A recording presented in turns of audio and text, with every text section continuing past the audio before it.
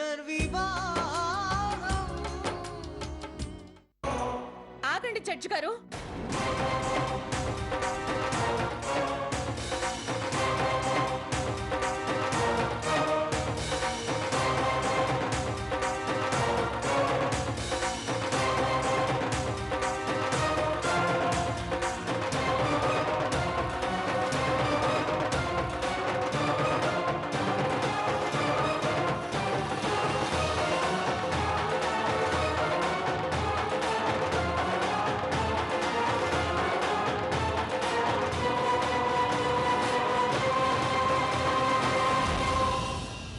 Order order.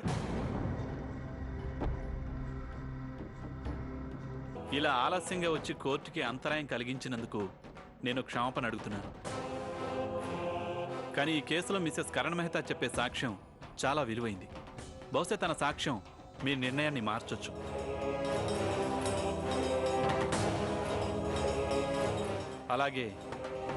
అలాగే ఒక నిర్దోషి రక్షించబడొచ్చు.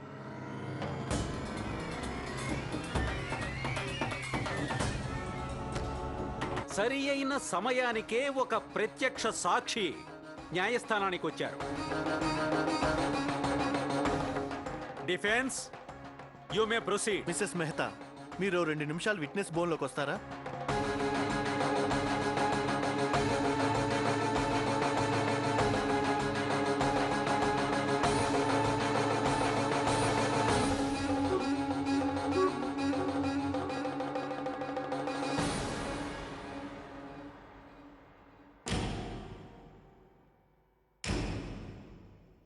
మిసెస్ మెహతా, మీ విషయంలో ఏం జరిగిందో దాని గురించి చింతిస్తున్నాం. మీకు ఈ కేసు గురించి అంతా తెలుసు. మీరు మీ భర్త గురించి ఏ నిజాలైతే చెప్పాలనుకుంటున్నారో కోర్టులో మీరు నిర్భయంగా చెప్పొచ్చు. జడ్జి గారు, కరణ్ని పెళ్లి చేసుకోవడం జీవితంలో నేను చేసిన పెద్ద తప్పు. హీరోయిన్ చేస్తానని ఆశ చూపించి తను ఎంతో మంది అమ్మాయిలతో ఆడుకున్నాడు. అంతే తప్ప తను సినిమా తీయడంలో ఇంకో ఉద్దేశం లేదు. తను ఎంతో దిగజారిన మనిషి. ప్రతి ఆడదాన్ని చెడు దృష్టితోనే చూస్తాడు. ప్రణతి సింధియా చేసిందంతా తన గౌరవాన్ని కాపాడుకోవడానికి చేసింది.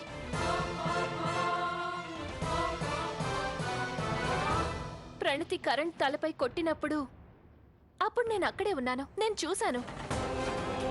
ప్రణతి చాలా కంగారులో ఉంది. అందుకే నేను అక్కడ ఉండడం తను చూడకుండా పారిపోయింది.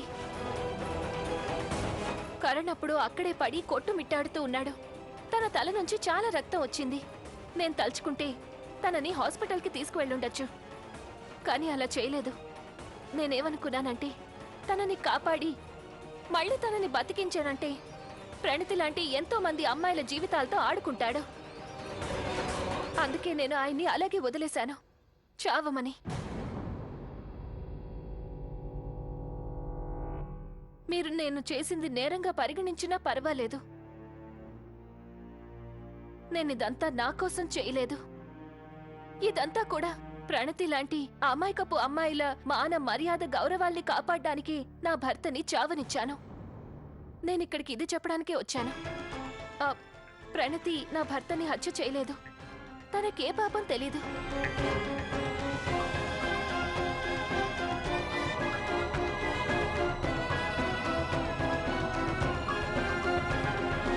మిసెస్ మెహతా సాక్ష్యంతో అంతా స్పష్టమైపోయింది.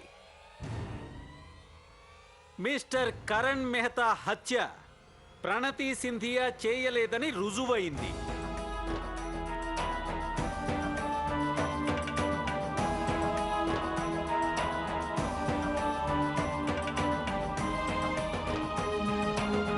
అందుకే ఈ న్యాయస్థానం పోలీసుల్ని ఆదేశిస్తోంది ఈ కేసుని ఇంకోసారి ఛార్జ్ చేయమని. ఇప్పుడు ఈ న్యాయస్థానం ప్రణతి సింధియాని కరణ్ మెహతా యొక్క హత్య కేసు నుంచి నిర్దోషిగా విడుదల చేస్తోంది.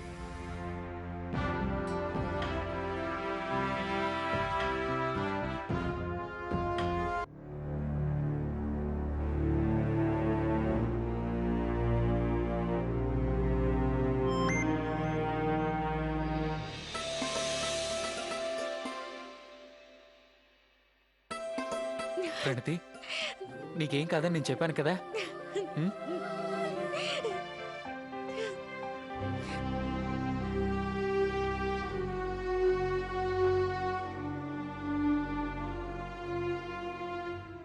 Thank you so much. Thank you so much Mrs Mehta. మీ వల్లే నా ప్రణతి నిర్దోషాన్ని నిరూపించబడింది. మా కుటుంబానికి, మా చెల్లెలకి, మరిది గారికి మీ కారణంగా మనశ్శాంతి కలిగింది. ఎంతో సంతోషం దక్కింది. అందుకు నేను జీవితాంతం మీ మేలు మర్చిపోలేను. Thank you Mrs Mehta.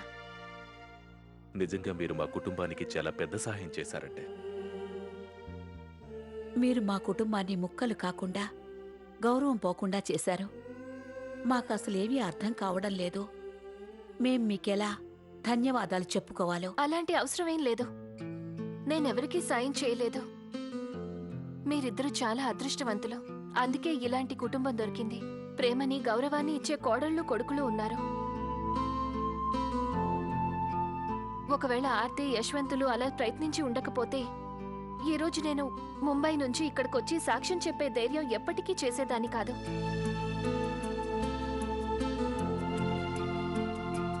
వీళ్ళని విలువైన వజ్రాలుగా భావించి జాగ్రత్తగా చూసుకోండి.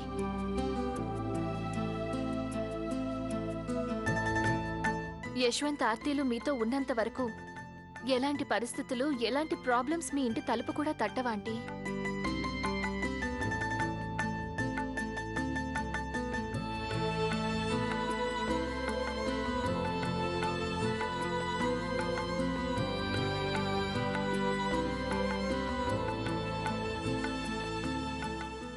ఆ దేవుడి దయవల్ల మనకంతా మంచి జరిగింది.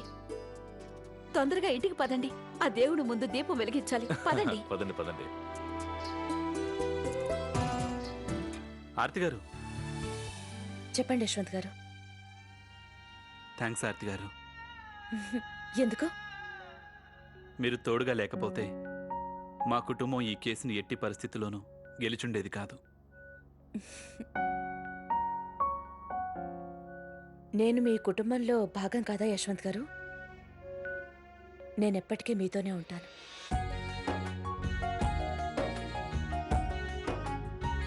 కనులు కనులు కలిశాక ఎందుకంత కలవరపాటు?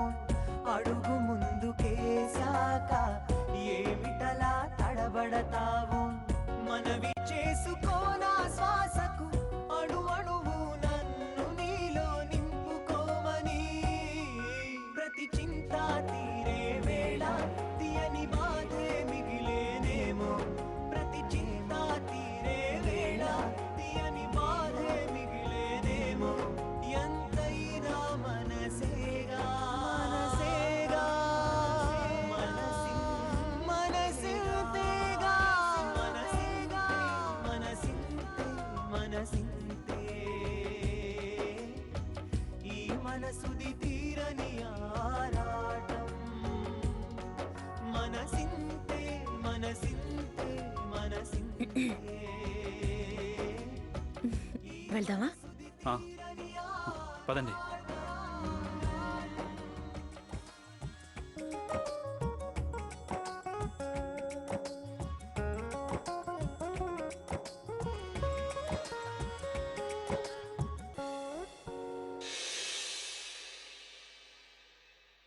ఇంతకంటే హ్యాపీ మూమెంట్ ఏది ఉండదు.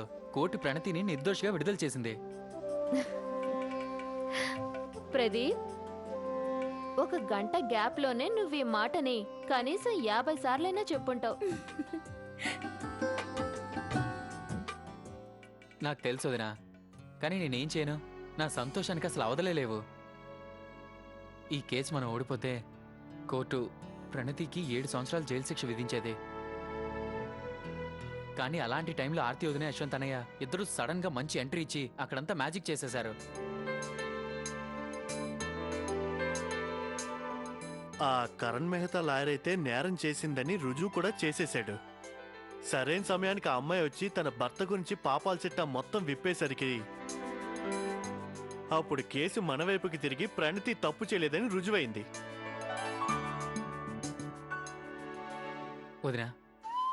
నీకెలా థ్యాంక్స్ చెప్పాలో నాకు అర్థం కావడం లేదు.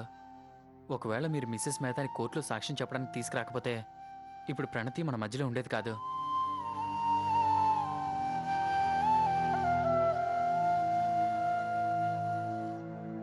వదినా, నేను ప్రణతి మీ ఈ సాయాన్ని జీవితాంతం మర్చిపోలేం. Thank you so much. నువ్వు ఎందుకలా మాట్లాడుతున్నావు ప్రదీప్? ఇదంతా దేవుడి చేతుల్లో ఉంది. మనుషులు మాత్రమే ఏం చేయగలరు?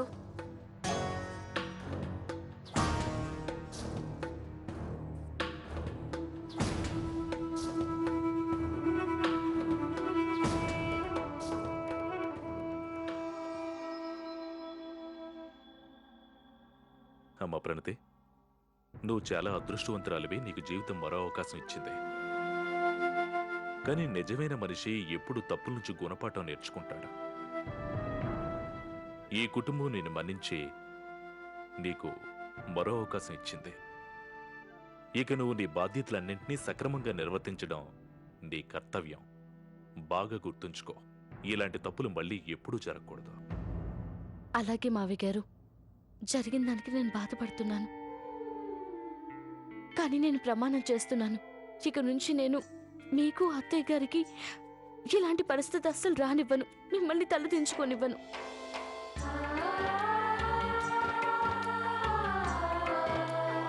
చల్లగా ఉండమ్మా.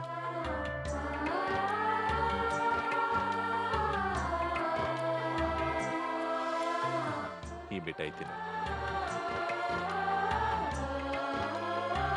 ఇదిగోండి, అందరూ నోరు తిప్పి చేసుకోండి. నువ్వు కూడా. వద్దండి, నేను ప్రమాణం చేశాను.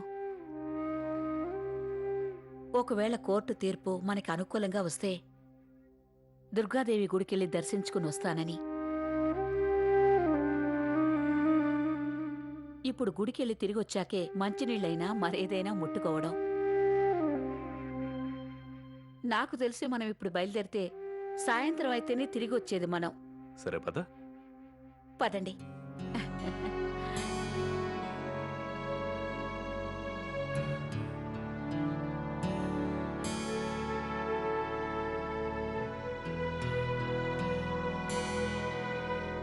వదినా, డోర్ వైపు చూడడం ఆపేయండి.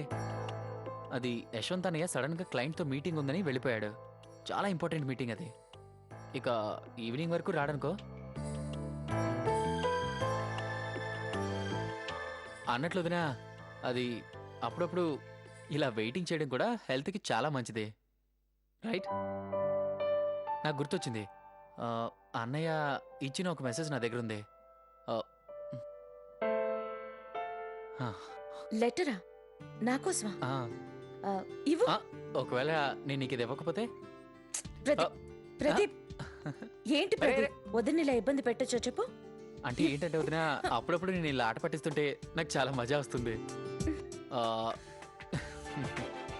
ఇదిగో తీసుకో. Thank you.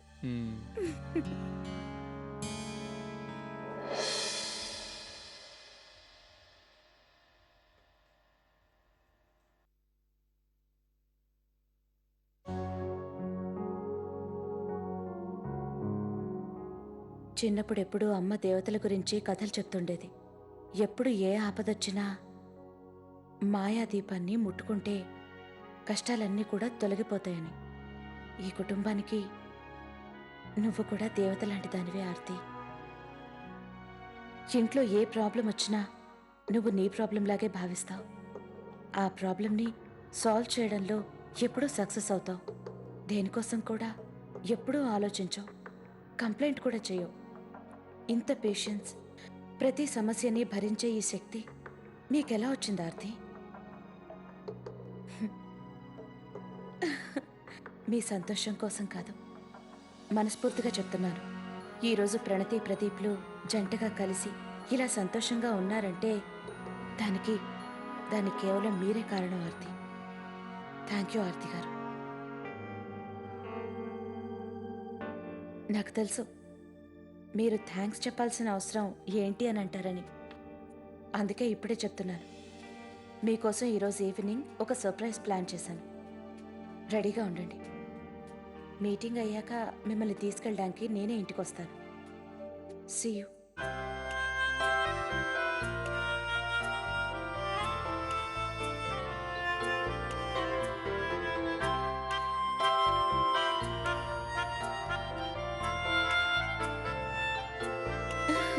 యశ్వంత్ గారు నాకు సర్ప్రైజ్ ప్లాన్ చేశారా? కానీ ఏం ప్లాన్ చేసుంటారు? కాస్తైనా హింట్ ఇచ్చి ఉండొచ్చు కదా యశ్వంత్ గారు. ఇప్పుడు సాయంత్రం అయ్యే వరకు వెయిట్ చేయాలి. కనులు కనులు కలిసాక ఎందుకంత కలవరపాటు, అడుగు ముందుకేసాక ఏమిటలా తడబడతావు, మనవి చేసుకోనా శ్వాసకు అణు అణువు నన్ను నీలో నింపుకోమని, ప్రతి చింత తీరే వేళ తీయని బాధే మిగిలేనేమో, ప్రతి చింత తీరే వేళ తీయని బాధే మిగిలేనేమో, మనసేగా మనసేగా మనసింతేగా మనసేగా మనసింతే ఈ మనసుది తీరని ఆరాటం, మనసింతే మనసింతే మనసింతే ఈ మనసుది తీరని అమ్మా ఆర్తి, ఎక్కడున్నావు? గుడికి వస్తున్నావా లేదా?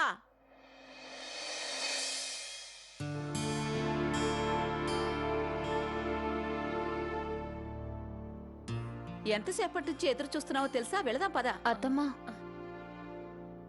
దుర్గాదేవి గుడి చాలా దూరం. అక్కడికెళ్ళే దారి కూడా బాగుండదు. నాకు తెలిసి ఈ పరిస్థితుల్లో ఆర్తిని అక్కడికి తీసుకువెళ్ళడం మంచిది కాదేమో. ఒకవేళ మీరు పర్వాలేదు అంటే ఆర్తి ఇంట్లోనే ఉంటుంది. ఆ, నువ్వు చెప్పింది నిజమే.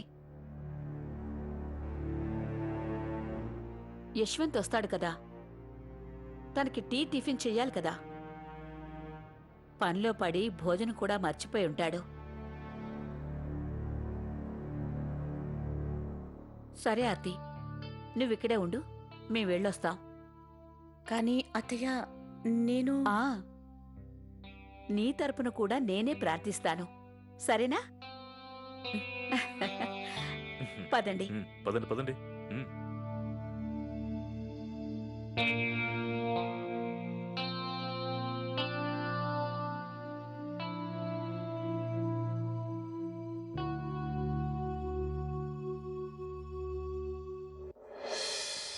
పునర్వివాహ